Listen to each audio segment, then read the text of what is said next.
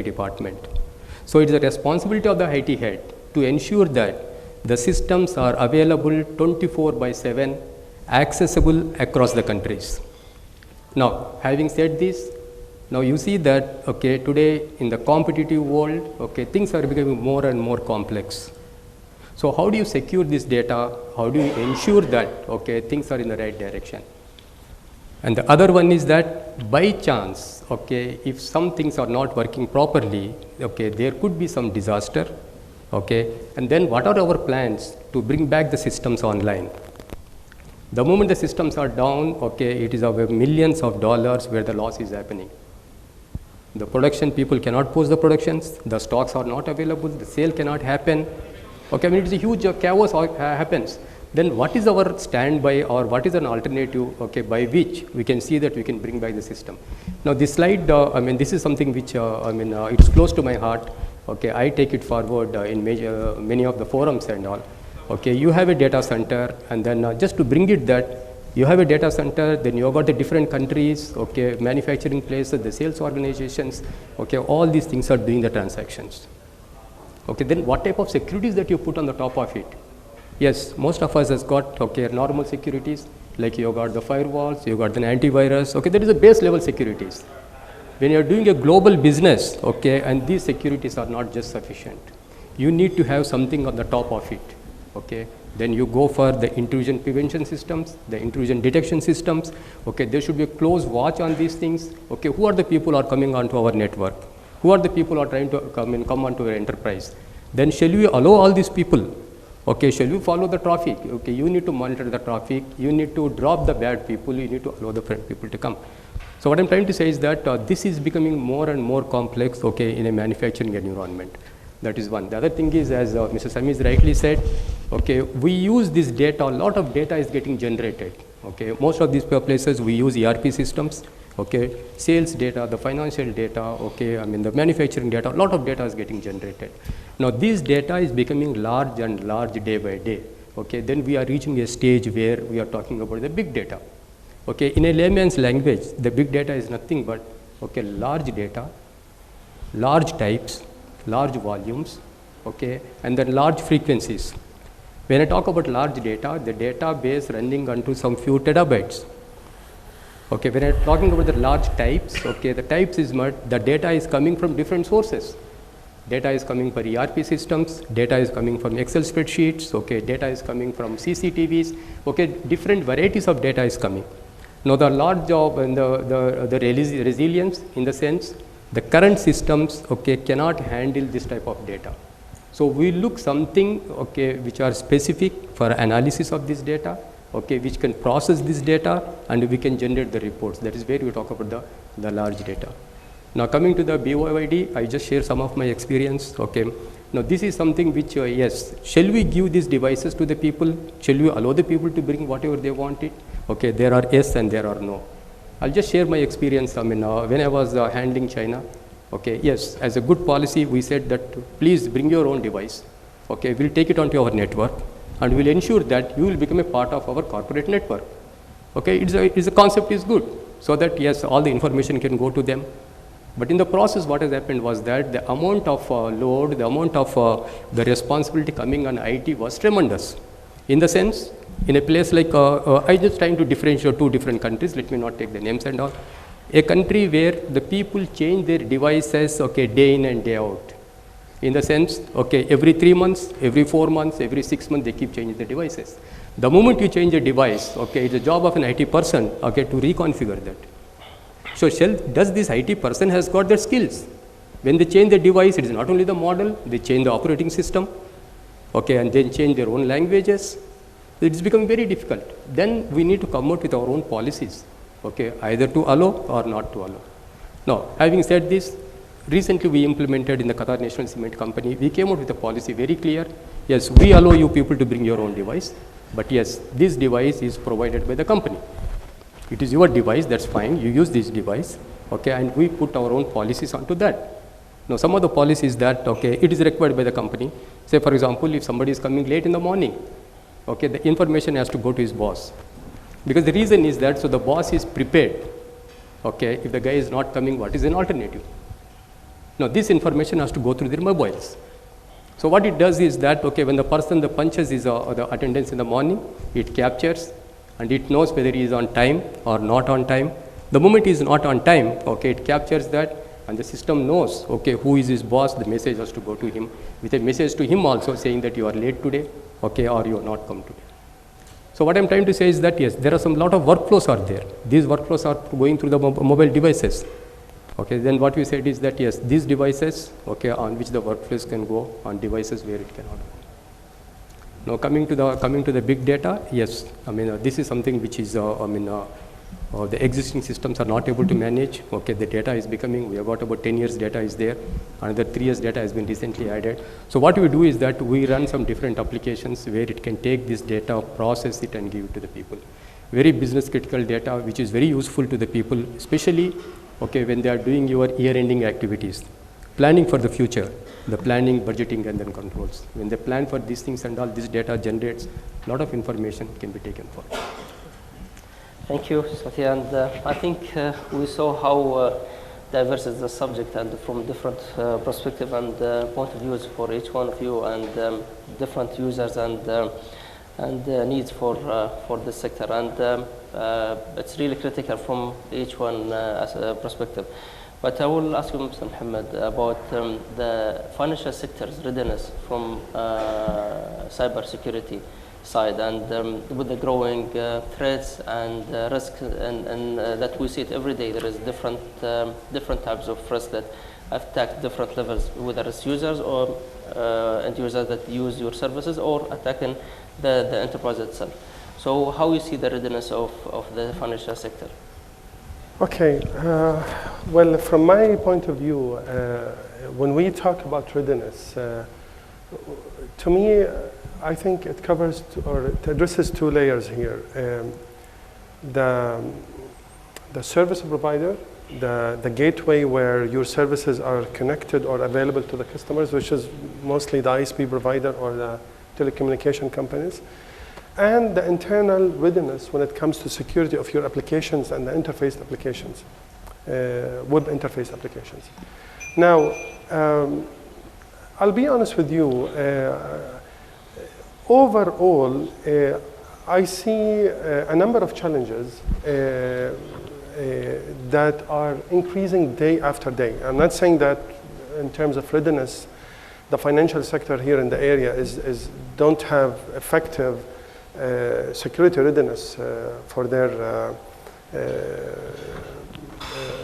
web-based applications or mobile applications and internet services. But all I'll say is they are increasing day after day for many reasons. The part that I really want to address here also is, do we have control over everything that is really in the cloud, whether it's from BYOD or from social media or from big data? I will say no. Remember also there are a lot of regulatory pressure as well to the financial sector that regulates how much or to which extent, to which level financial institutions can use BYOD services, cloud services, social media as well. I'll tell you an example.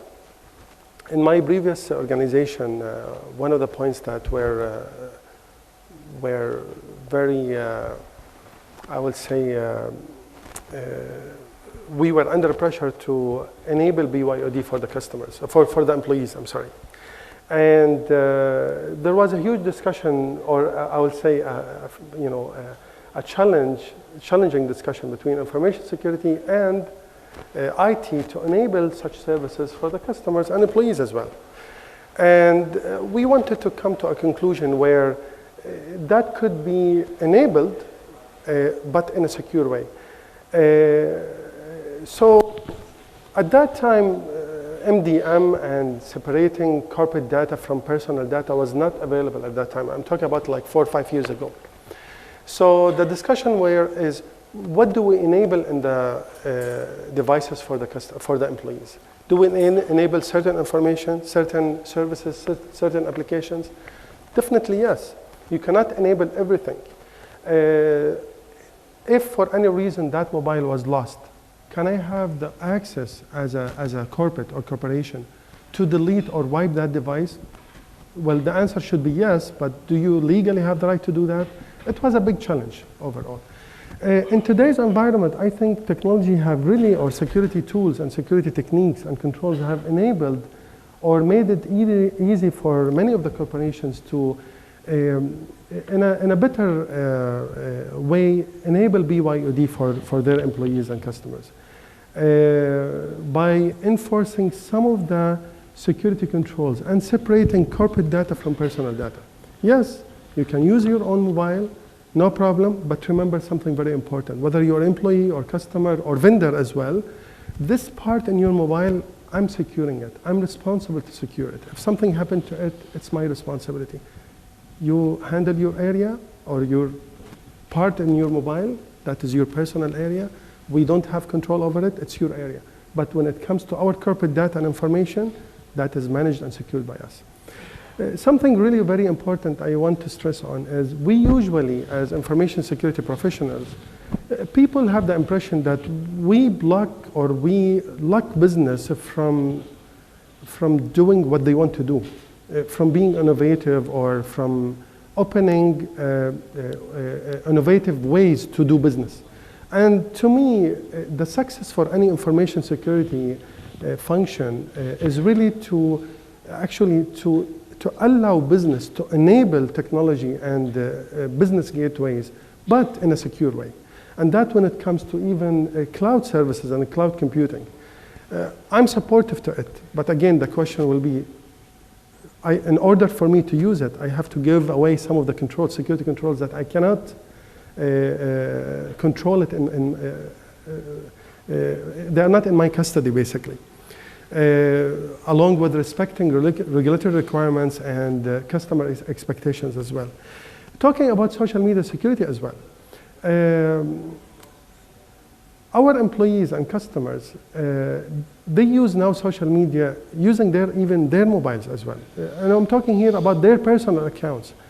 But what's the liability if one of the bank's employees accidentally pictured one of the customers' accounts and posted in his social media account? So what do you do with that? Do you think I have control over it? Absolutely no. The only one control I have is really to make those people aware that what you are doing is not something that you should do. So it goes back to the point is people is really the weakest point to any information security function. The more you invest in people awareness, the more your job and responsibilities and controls will be even more effective. That's really from my experience and perspective. So talking about readiness, I think we are getting there. It's way better than other parts of the world, I guess. But it requires a little bit more attention, more awareness. And thank you to this kind of seminar here, because it gives more discussion about those challenges and the areas what we believe it requires to be available in each organization, such as social media security policy. Have you thought of having one in your environment, in your corporation, to ensure that your staff, when they even use their Facebook and their mobile, that they should not talk about their colleagues or their customers or make comments about because that information, they don't own it. So they are not even supposed to disclose it without authorization.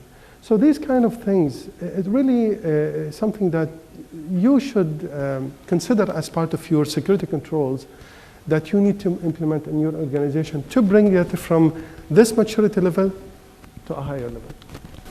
Thank you, Mohammed. And I think, again, the point is there is a lot of awareness that need to go for different level, whether internal or to end users as well. So I think this is, everybody shares this need that for more awareness sessions.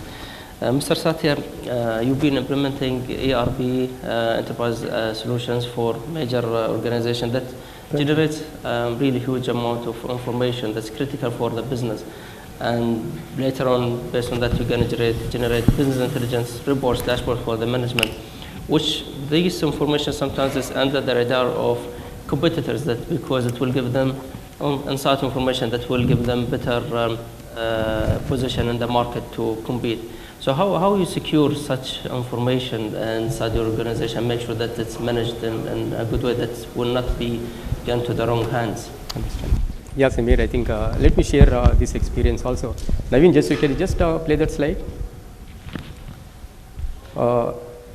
See, when we come to these manufacturing organizations, I think as Samir rightly pointed out, okay, we need to secure the data. Now, if you see this slide, okay, you'll find at the bottom, okay, a transactional data is coming from the systems.